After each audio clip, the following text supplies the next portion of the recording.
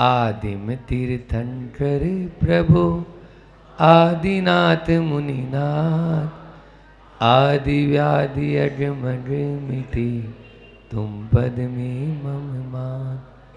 चरण शरण है आपके तारण तरण जिहार, भवदधि तट तक ले चलो करुणा कर जिन राय। बोलिए मंडी बामोरा के बड़े बाबा आदिम तीर्थंकर आदिनाथ भगवान की, मूनलाइट 1008 श्री चंदा प्रभु भगवान की, परम उपकारी संत शिरोमणि आचार्य गुरु और विद्यासागर जी महामुनिराज की, परम उपकारी संत शिरोमणि आचार्य गुरुवर श्री विद्यासागर जी महामुनिराज की, परम पूज्य मुनि श्री 108 दुर्लभ सागर जी महाराज की। आज का दिन श्रवण संस्कृति के इतिहास में बहुत बड़ा दिन है और ऐसा दिन है जिसमें वैसे तो आचार्य पदारोहण दिवस भगवान महावीर स्वामी के बाद अनेकों आचार्य हुए हैं और हो रहे हैं। यदि देखा जाए तो प्रतिदिन ही आचार्य पदारोहण दिवस हो जाएगा, प्रतिदिन आचार्य पदारोहण दिवस हो जाएगा। लेकिन आज हमें शुद्ध आचार्य परंपरा का निर्वहन करने वाले एक आचार्य परमेष्ठी आचार्य भगवंत को आज यानी निर्माण आचार्य ज्ञान सागर जी महाराज ने आज के दिन नसीराबाद में किया था। वह शुभ बेला आज की आचार्य श्री ज्ञान सागर जी महाराज, उनको जब आचार्य पद दिया तो वृद्धावस्था थी और उस वृद्धावस्था के समय आचार्य जिनके मन में कभी नामना की कामना ही नहीं, कोई नाम चाहते ही नहीं, तो फिर उनको आचार्य पद लेने की तो ऐसी कोई इच्छा नहीं रही होगी। लेकिन उन्होंने अपने शिष्य के भीतर आचार्यत्व को उसी समय पहचान लिया था कि मुझे इसे आचार्य बनाना है और इसलिए उन्होंने समाज से आचार्य पद स्वीकार किया था। और इन आचार्य को भी, अपने गुरु जी को भी आचार्य पद की कभी भूत नहीं रही। नहीं तो सो आप लोगों के मन में ये आए कि अब बुढ़ापे वाला कोई जो है 2-4 साल 5 साल टिकेंगे तो उनका आचार्य पद अपन को मिल ही जाएगा। आज वर्तमान के जैसे मुनि महाराज होते हैं तो वो, लेकिन इन्होंने आचार्य ज्ञान सागर जी से दीक्षा नहीं ली। जिस समय आचार्य विद्यासागर जी महाराज की दीक्षा हुई, मुनि विद्यासागर जी की, उस समय वो आचार्य नहीं थे। कौन थे? वो मुनि ज्ञान सागर जी थे। मुनि ज्ञान सागर जी से दीक्षा ली थी। इसलिए ऐसा भी मत समझ लेना कि आचार्य श्री और आचार्य श्री जी के मन में तो वैसे भी आचार्य बनने की भावना थी नहीं। जैसा अभी भैया जी ने बताया आपको कि शिष्य ने गुरु दक्षिणा के रूप में, एकलव्य का उदाहरण तो आप लोगों ने खूब सुना है कि गुरु दक्षिणा में अंगूठा दे दिया, लेकिन ये नहीं सुना होगा कि गुरु दक्षिणा में अपना आचार्य पद देना स्वीकार किया। आपको आचार्य पद लेना होगा, ये यानी जो है ना गुरु दक्षिणा है मेरे लिए, ये मेरी बात आपको स्वीकार करनी होगी। दोनों वो देना चाह रहे हैं लेकिन लेना नहीं चाह रहे। आज आचार्य पद के पीछे होड़ लगी है कि हम अब तो दीक्षा ही आचार्य पद के साथ में होती है। आप हमें आचार्य बनाओ तो हम आपसे दीक्षा लें, ये हो रही है। ये 21वीं सदी का कलयुग का हम तो कहेंगे कि नज़ारा है कि अब आचार्य ज़्यादा मिलेंगे और मुनि कम मिलेंगे। हर कोई अपने नाम के आगे आचार्य अवमूल्यन है। लेकिन एक गाड़ी के पीछे, बुरा नहीं मानना, कोई और भी सब बैठे रहते हैं, एक गाड़ी के पीछे लिखा हुआ था आचार्य श्री यानी विद्यासागर। गाड़ी के पीछे शीशे होते हैं ना, आप लोगों की जो गाड़ियाँ होती इनोवा वगैरह, उसमें लिखा हुआ था आचार्य श्री, यानी आप लोगों ने पढ़ा होगा कई जगह। तो ये बिल्कुल सत्य है, ये सत्य है। और संसार में सारे, मतलब ये समझ लीजिए, इन जैसा कोई आचार्य न हुआ है और आने वाली सदियों में भी अब अपन को देखने को मिले, ये कोई ऐसा है नहीं। क्योंकि जो इन्होंने साधना की है, जो अपने आप को तपाया है, वो अन्य कोई भी नहीं कर सकता है। ये आचार्य श्री जी का, आचार्य श्री जी के बारे में हम 4 बात करते हैं कि वैसे तो बहुत सारे उनके गुण अपन कर सकते हैं, लेकिन कम समय में, अल्प समय अपन को मिला है, उतने समय में अपन बात करना है। पहली है उनकी विशेषता संग। उन्होंने संग बनाया, संग, ऐसा संग बनाया है, चेतन कृतियां जो है पूरा बाल ब्रह्मचारी संग, केवल मात्र एकमात्र ये जो है पिछले इतिहास में उठा के देख लीजिए कि एकमात्र ऐसा संघ है जो पूरा का पूरा संघ बाल ब्रह्मचारी संघ है। यह आचार्य श्री जी का, ऐसा अन्य और किसी में भी, मतलब शांति सागर जी के पहले भी देख लीजिए आप तो, कि बाल ब्रह्मचारी पूरा संघ रहा हो, ऐसा इतिहास में कोई सा भी संघ देखने को नहीं है। लेकिन आचार्य श्री जी के संघ में ये देखने को मिला, होड़ लगती है, होड़ लगती। और ऐसे नहीं, वो दीक्षा दे संघ बढ़ाना चाहे तो अभी हजारों की लाइन लगी हुई है, आप अपन देखते हैं, लेकिन वो पहले ठोट पीन के, क्योंकि आचार्य श्री विद्यासागर जी की टकसाल वो टकसाल है जिस टकसाल से निकला हुआ हर सिक्का खरा सिक्का होता है, कोई छोटा सिक्का नहीं होता है। पहले वो, क्योंकि वो टकसाल ही ऐसी है, उसकी उस यूनिवर्सिटी में एडमिशन ही नहीं होता, उस विश्वविद्यालय में दाखिला ही नहीं मिल पाता है, तो दाखिला लेने के लिए भी बहुत पुरुषार्थ करना पड़ता है। हम जैसों को भी 15 साल लग गए। 15 साल बाद में उन्होंने मुनि दीक्षा दी। क्यों? क्योंकि पहले ठोट पीन के हर तरह से बजा के, क्योंकि एक तो मारवाड़ी थे, ठप्पा लगा हुआ था मारवाड़ी का, बोले मारवाड़ी जो है दीक्षा लेता ही नहीं है, और ले लेगा तो भट जाएगा। ये होता है वहाँ आचार्य श्री के संघ में, तो इसलिए पहले वो पूरा अच्छे से ठोट पीन के देखेंगे, उसके बाद में देते हैं। जब आचार्य ज्ञान सागर जी महाराज जी दीक्षा दे रहे थे, तब का संस्मरण याद आया कि वो आचार्य श्री जी को दीक्षा दे रहे हैं।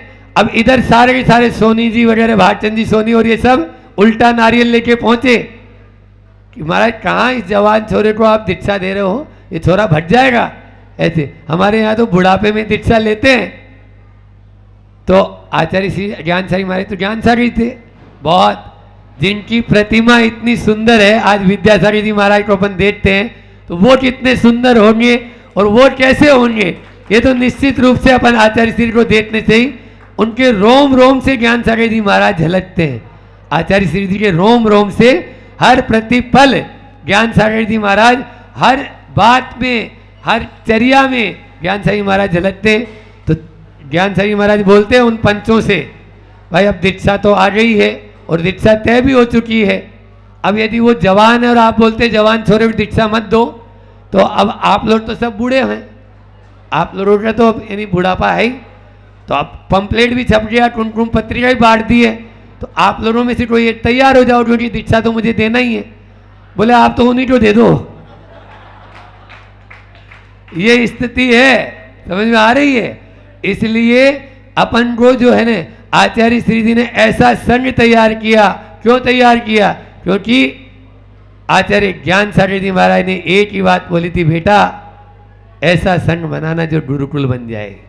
संघ को गुरुकुल बनाना, ये उनकी उक्ति को हमेशा चरितार्थ करते रहते हैं। उसके बाद में समाज उद्धार के लिए उन्होंने बहुत कार्य किए हैं, बल्कि जैन समाज के लिए नहीं, जन जन के लिए और कल्याण के लिए उन्होंने हर समाज के लिए, जैनेतर समाज के लिए भी, कि अभी चाहे पूर्णायु की स्थापना ही देख लो, हटकरघा की देख लो, गौशालाएं देख लो, हर समाज का कल्याण हो, इस भावना के साथ में उन्होंने कार्य किए हैं, जिनको गिनाने बैठेंगे तो लिस्ट पूरी लंबी चौड़ी है, आप लोग भी सब जानते हैं।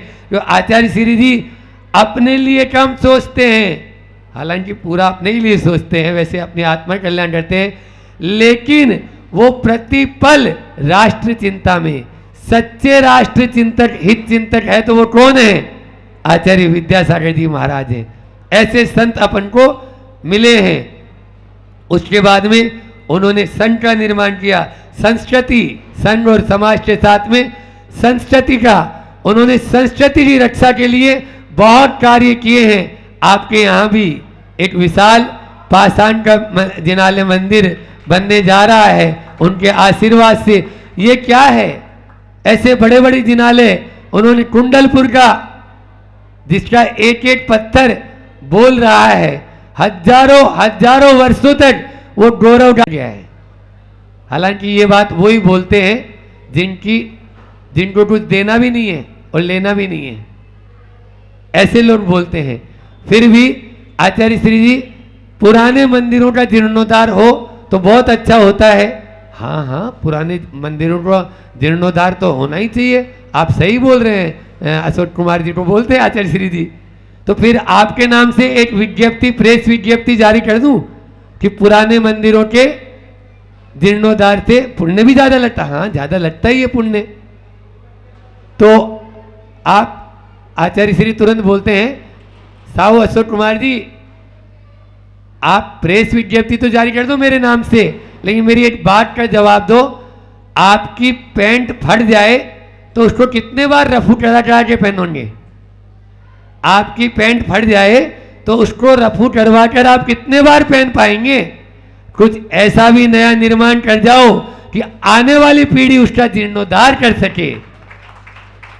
आज व्यक्ति जो है यहां पर ऐसा ही हो रहा है कि पहले चर्चा का विषय बना हुआ था, लेकिन वो ऐसा निर्माण होगा कि हजारों हजारों वर्ष तक यह संस्कृति, हमारे अपनी संस्कृति बची है, जैन संस्कृति, तो केवल मात्र इन मंदिरों की, हड़प्पा की और मोहनजोदड़ो की जो खुदाइयां हुई उसमें जैन कंका, आपके कंका मोहनजोदड़ो जो कंकाली टीला उसकी खुदाई हुई तो उसमें जैन प्रतीक मिले, जैन प्रतिमाएं मिली। आज भी जहां भी खोदते हैं तो जैन प्रतिमाएं, जैन बिंब मिलते हैं, तभी मानी जाती है कि जैन संस्कृति सबसे प्राचीन संस्कृति थी और सबसे पुरानी संस्कृति थी।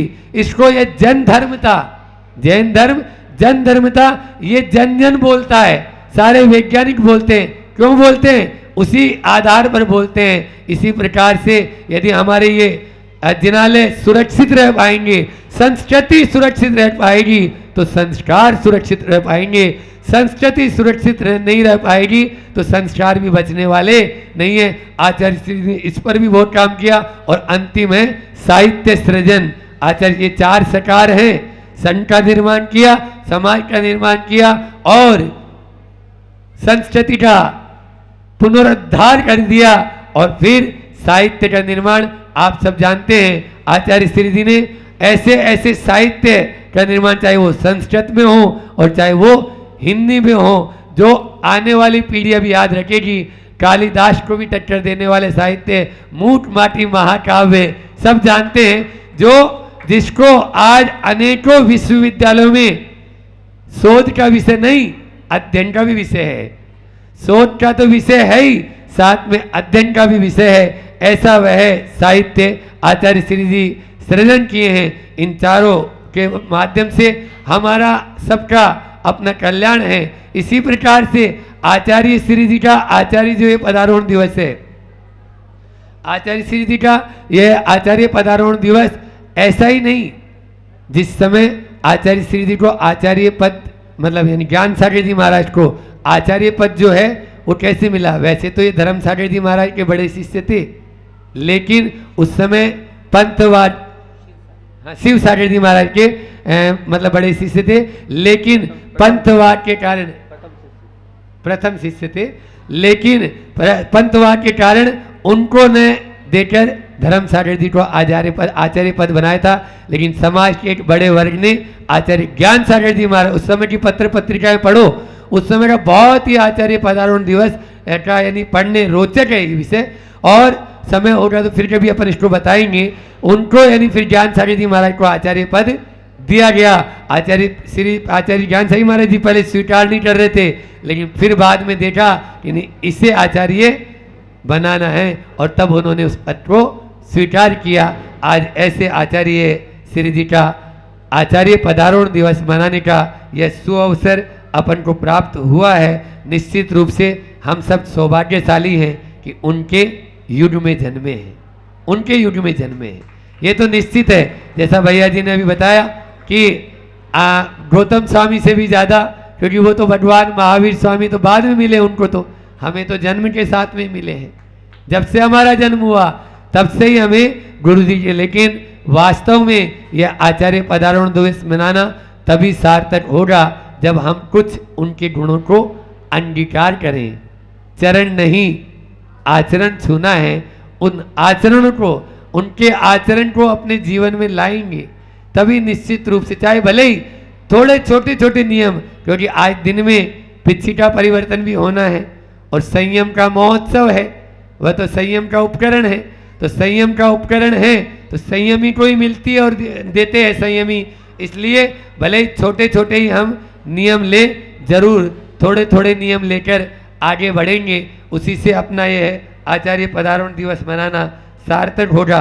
आचार्य श्री जी के प्रणम्य सागर जी महाराज ने एक बहुत ही अच्छी कविता लिखी है, उसको पढ़कर अपनी बात को विराम करूंगा कि अस्त हो रहे ज्ञान सूर्य ने सोचा था एक दिन की शाम, मेरे ढल जाने के बाद कौन करेगा मेरा काम।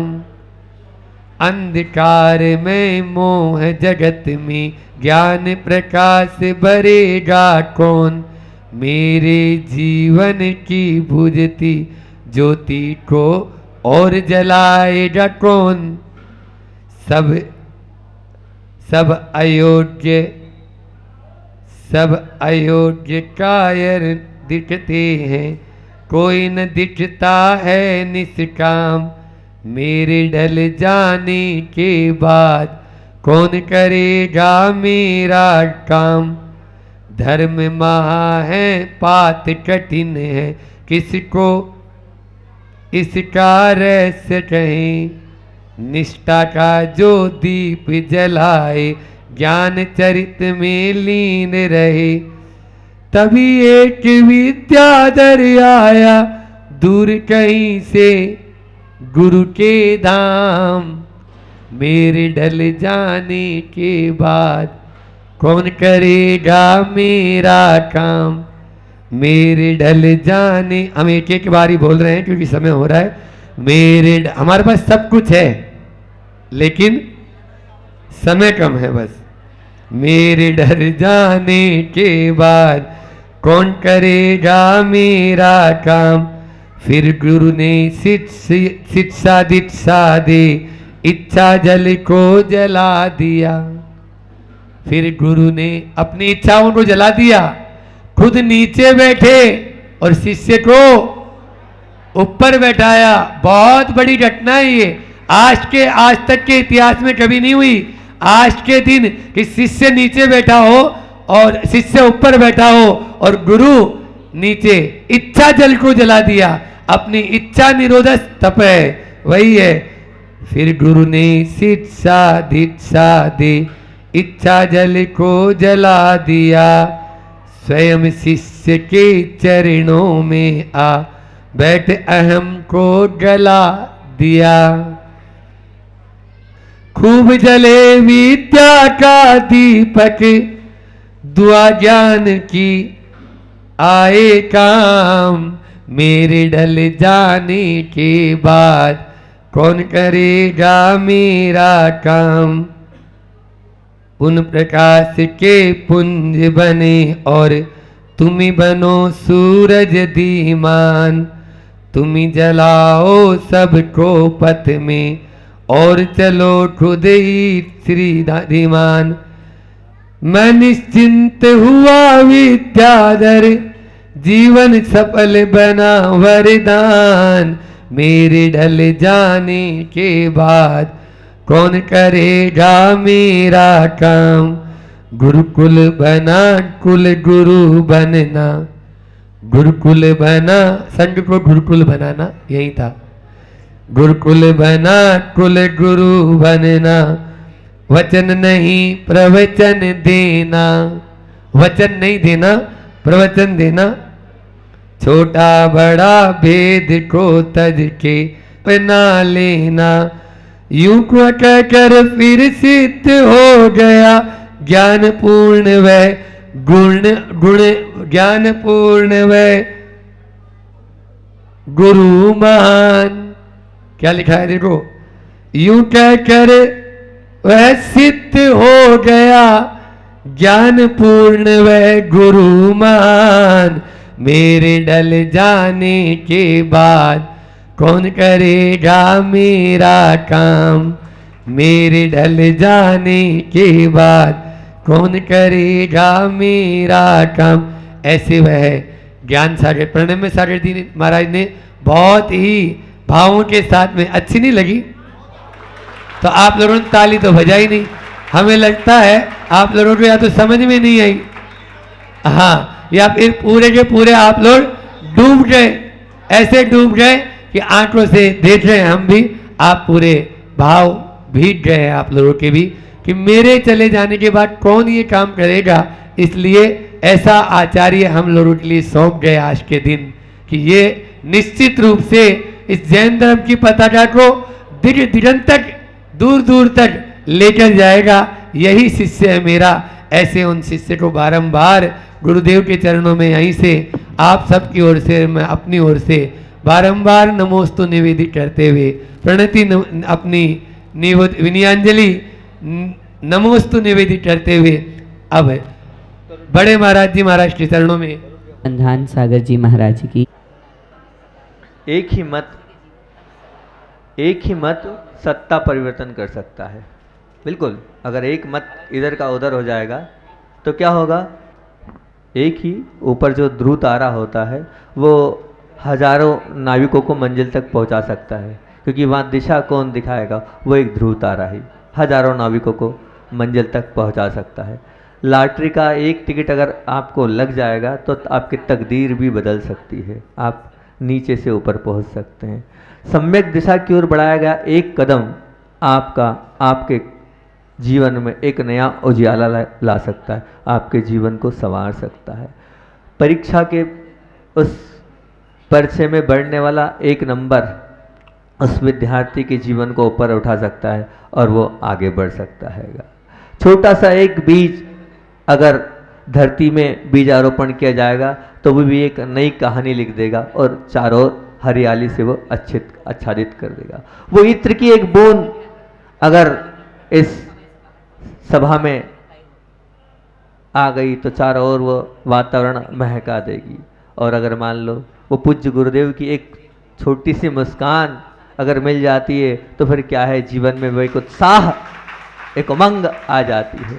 ऐसा ही एक छोटा सा और एक सुंदर और एक सुयोग्य निमित्त पूज्य आचार्य भगवंत को अपनी बाल उम्र में, मात्र 22 साल की उस उम्र में आचार्य ज्ञान सागर जी की सन्निधि से प्राप्त हुआ था। और सन 1968 में उन्होंने उस 22 वर्ष की बाल अवस्था में मुनि दीक्षा ली थी। एक वयोवृद्ध आचार्य ने, महाराज जी ने भी बताया, ज्ञान सागर जी, मुनि ज्ञान सागर जी महाराज जी से बाद में आचार्य पद उनको मिला हैगा। और आचार्य भगवंत ने, हमने बहुत बार गुरु मुख से सुना है कि जब भी बात आती थी कहीं जाने आने की, एक बार की बात है, आचार्य भगवंत ने हमें बुलाया और बुलाने के बाद आचार्य श्री जी ने कहा कि हमने सोचा है योग सागर जी, शैल सागर जी, सौम्य सागर जी और आपका भी विचार कर रहे हैं, और विनम्र सागर जी, आप लोगों को जगदलपुर पंचकल्याण के लिए जाना है। तो जैसे ही उनने बोला हम बिखर पड़े। हमने कहा नहीं आचार्य श्री, हमारे बस का नहीं है, हमने आज तक कुछ बोला नहीं, बोलना आता नहीं है और वहाँ कुछ नहीं करना है, सब हो जाएगा। हमने कहा ना, नहीं हम आपको नहीं छोड़ सकते। तब आचार्य श्री जी ने ये बात बोली, बोले बताओ तुमको कितने साल हो गए संघ में रहते रहते, 4 साल ब्रह्मचर्य अवस्था में रहे तुम पूरे लगातार संघ में, इतने साल से संघ में हो और मुझे कितना मिला, मात्र 4 या 5 साल। बोलो तुम पुण्यशाली हो कि मैं पुण्यशाली हूँ? मैंने कहा हाँ इस मामले में तुम, अच्छा इसलिए हम पुण्यशाली। बस तो बोले थोड़े बहुत दिन के लिए नहीं जा सकते तुम, जाना है तुम्हें? हमने कहा नहीं अच्छा इसलिए हम नहीं जाएंगे। तो उतने में रास्ता तय हो रहा था, हम तैयार नहीं हो रहे थे। बड़े आचार्य ने कहा नहीं नहीं ऐसा नहीं है, आपको देखो बहुत मिला है उसका उपयोग करो और जाना है। उतने में एक महाराज जी ने पूछा वहाँ से बाहुबली का रास्ता कितना आएगा, क्योंकि बड़े महाराज जी योग साई जी की भावना भी थी। विनम साई बोल दिया। उतने में हम बेफर पड़े। हमने कहा आचार्य जी पहले तय होगा कि वापस आना है कि नहीं, उसके बाद मेरी स्वीकृति होगी। तो फिर क्यों ये उल्टी उल्टी बात क्यों कर रहे हो, वो अभी बिखर रहा है वो। नहीं नहीं कहीं नहीं, आपको वापस आना है निश्चित, जगदलपुर से हाँ पहले आप बताओ यहाँ वापस आना है तो मेरी स्वीकृति, तो मैं बाहर जा रहा हूँ। अच्छा जी कहा नहीं नहीं आपको वापस आना है। अच्छा इसी ने उस वक्त बार बार एक ही बात बोली, बोले देखो नाम लेके बोलो देखो दुर्लभ इतना मिला है, हमें तो कुछ नहीं मिला था गुरु से, कुछ भी नहीं मिला। उस वृद्ध अवस्था में हम गुरु के पास पहुँचे थे और उन्होंने उस वक्त हमें जो दिया वो लिया हमने। वृद्ध अवस्था थी और शनै शनै आचार्य ज्ञान सागर जी महाराज जी का शरीर क्षीण होते जा रहा था। क्षीण होने के साथ अनेक बीमारियां थी उनको, साइटिका था, विशेष बीमारी साइटिका की थी, पाइल्स की थी, बहुत सारी बीमारियां थी। और उन बीमारियों में आचार्य भगवान ने बहुत जी तोड़ मेहनत से गुरु की सेवा करी है।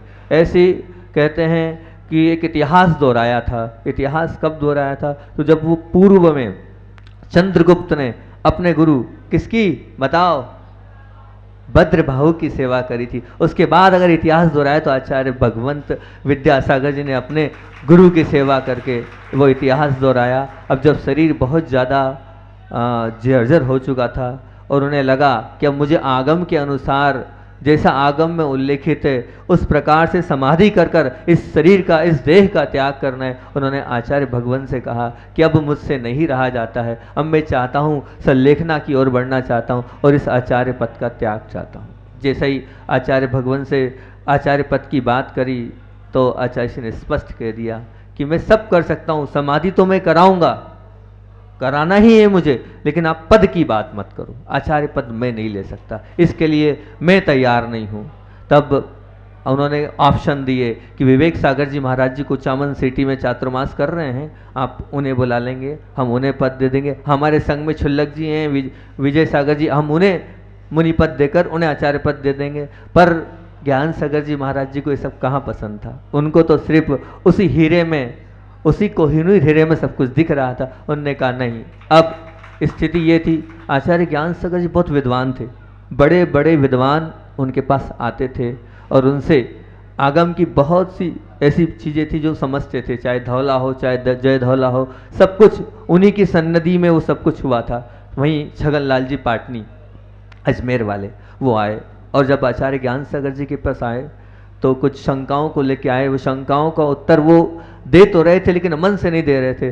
तब छगन लाल जी पाटनी थे, साथ में और भी ताराचंद जी गंगवाल और एक बीड़ वाले बहुत नाम चलता माधोलाल जी गदिया जी, ये सब लोग बैठे थे, स्वाध्यायशील थे। तब उनके सामने आचार्य ज्ञान सागर जी ने कहा, बोले मैं दुख इस बात का है, मेरी अब उम्र ज़्यादा नहीं है और मुझे नहीं लगता मैं और खींच पाऊंगा अपने इस शरीर को, और आगम कहता है कि अब संलेखना साधु का परम कर्तव्य है। और यहाँ तक कहते हैं मंदिर बना लिया, मंदिर बनाने के बाद अंतिम चीज़ क्या होती है, कलशा चढ़ाना। वो मेरा कलशा बाकी रह जाएगा तो क्या बाधा है।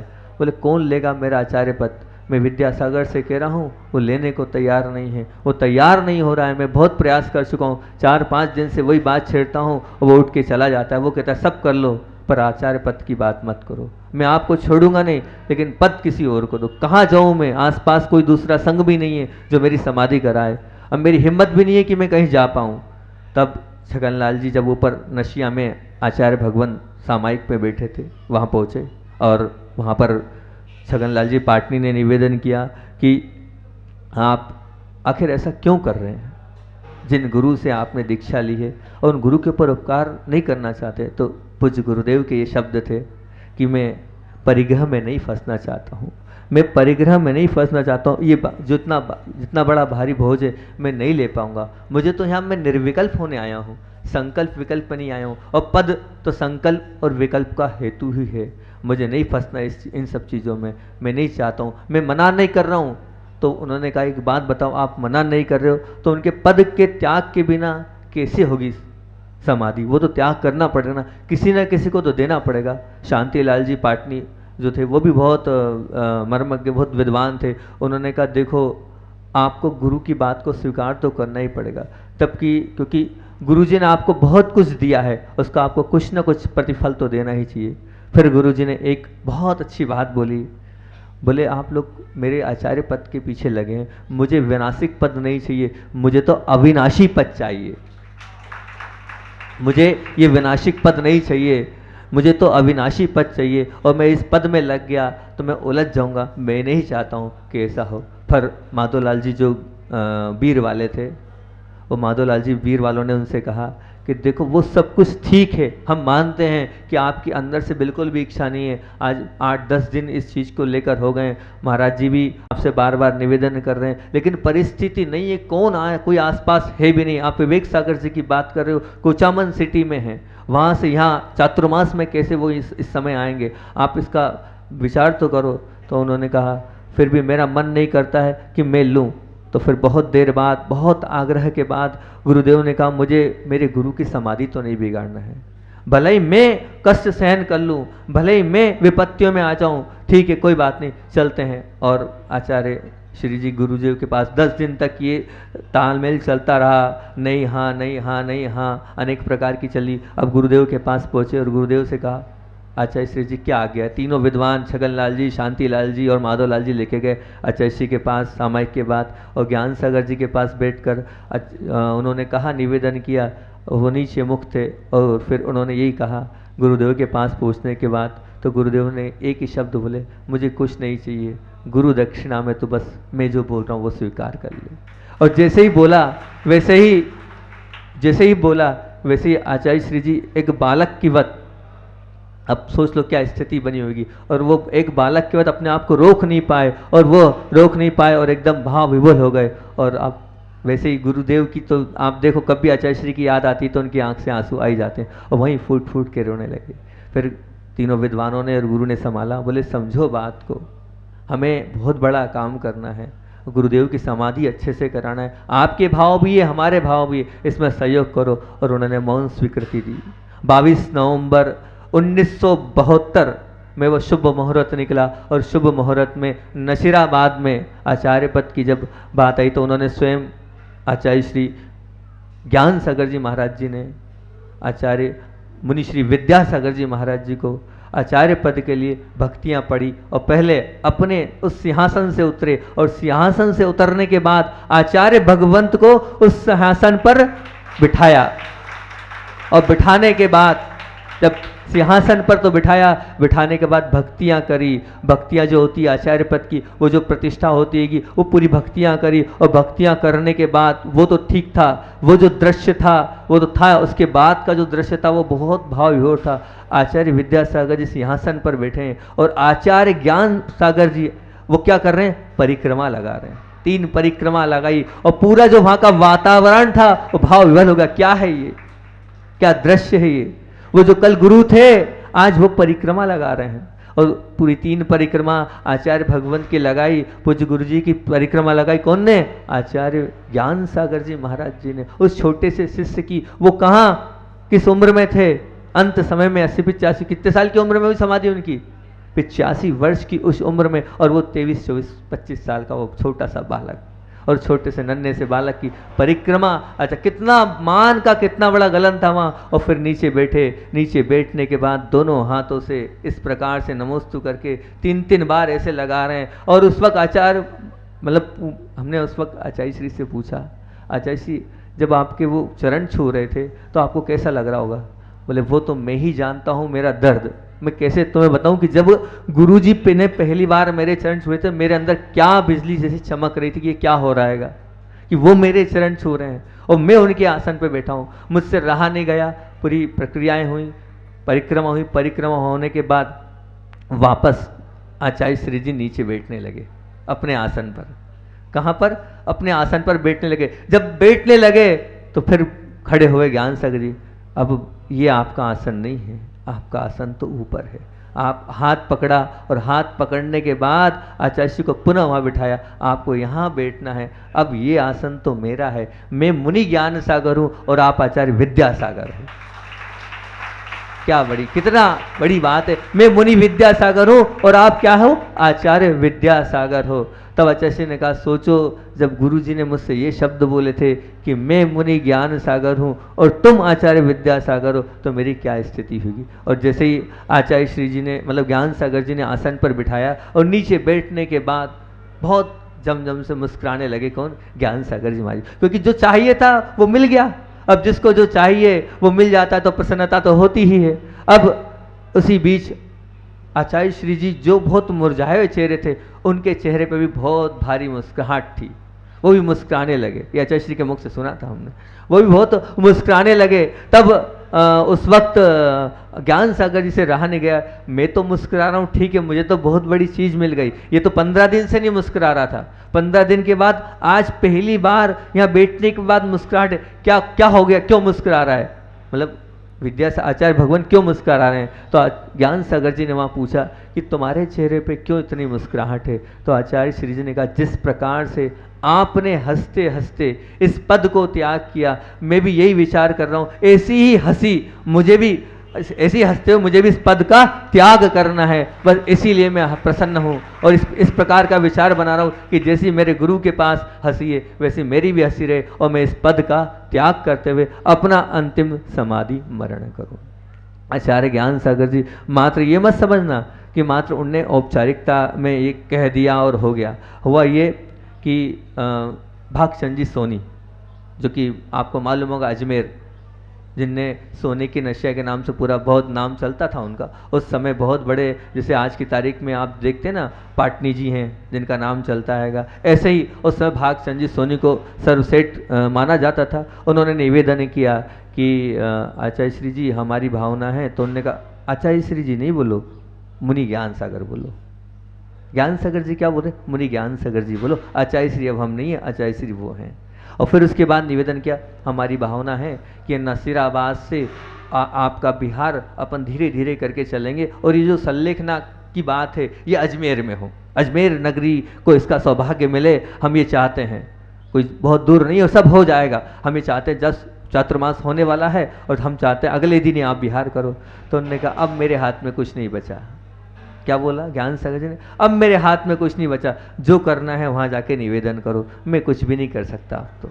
इसीलिए मैं माध्यस्थ भाव अपने जीवन में रखूँ। इतनी ही बात को रखकर एक और सोचा तो था अब, लेकिन समय ज़्यादा हो रहा है, संस्मरण में 5 मिनट लग जाएंगे, संस्मरण को छोड़ो।